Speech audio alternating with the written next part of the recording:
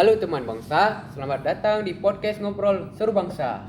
Hari ini bersama saya Galip yang bakal nemenin waktu santai kalian selama beberapa menit ke depan. Dan gua dengan nama Rizky, senang banget bisa ikut suka banget bisa ikut nimbrung sama kalian lagi. Hari ini kita bawa topik yang kelihatannya agak berat kayak pelajaran sekolah, tapi sebenarnya melekat banget di keseharian kita. Benar banget, kita bakal bedah soal identitas nasional dan kenapa integrasi nasional itu bukan cuma jargon politik, tapi kondisi biar negara kita nggak gampang pecah. Yuk langsung kita mulai. Let's go. Nah, gua mau mulai dari pertanyaan simpel dulu. Menurut lo, kalau dengar kata Indonesia, apa hal pertama yang mulai muncul di kepala lo selain makanan atau tempat wisata? Pasti langsung kepikiran tentang lambang Garuda Pancasila, lagu Indonesia Raya, atau minimal paspor hijau kita sih. Itu instan banget muncul di otak. Tepat sekali, itulah yang dinamakan identitas nasional. Gampangnya gini, itu kayak sidik jari atau KTP yang membedakan bangsa kita dengan bangsa lain di dunia. Identitas ini lahir dari sejarah panjang, budaya, dan kesepakatan bersama para pendiri bangsa kita dulu.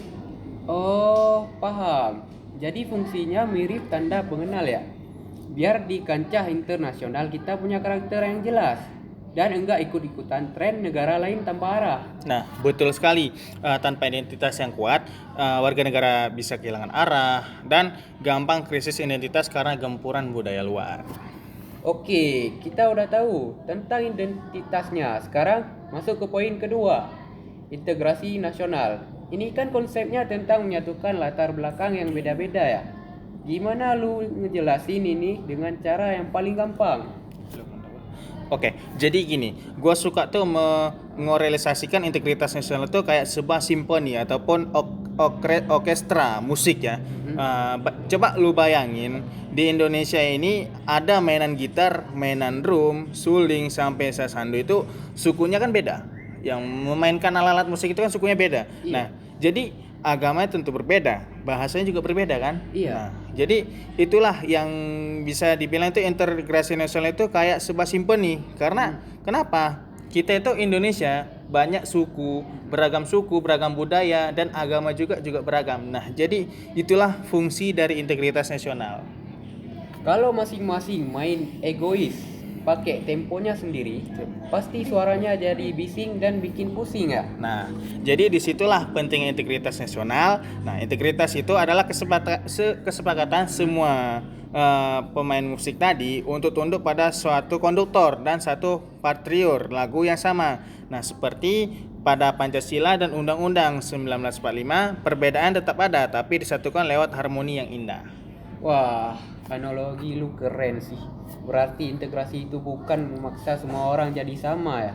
Iya, Tapi betul. menyatukan perbedaan itu jadi satu kekuatan yang solid. Ya, 100 buat lu, oke? Iya. Itu 100 nilai buat lu. Nah, Oke. jadi gini, hambatan terbesar integrasi itu biasanya kalau kita mulai merasa kelompok kita tuh lebih hebat dari kelompok lain. Itu yang bikin harmoninya rusak. Kayak kita tuh terlalu percaya diri tapi tidak bisa melihat kemampuan dari lawan kita itu seperti apa. Nah, nggak kerasa ya, obrolan singkat kita ini ngebuka mata banget. Simpulannya, identitas nasional itu jati diri kita, dan integrasi nasional itu adalah cara kita merawat jati diri tersebut di tengah keberagaman. Betul sekali, tugas kita sebagai generasi muda sekarang adalah menjaga harmoni ini tetap berjalan baik, mulai dari hal kecil kayak stop sebar hoak yang memecahkan sebelah di media sosial. Setuju banget. Terima kasih buat kawan-kawan bangsa yang udah dengerin episode kali ini. Jangan lupa untuk terus bangga sama identitas kita dan jaga persatuan. Nah, cukup sekian podcast kami kali ini. Sekian dari kami.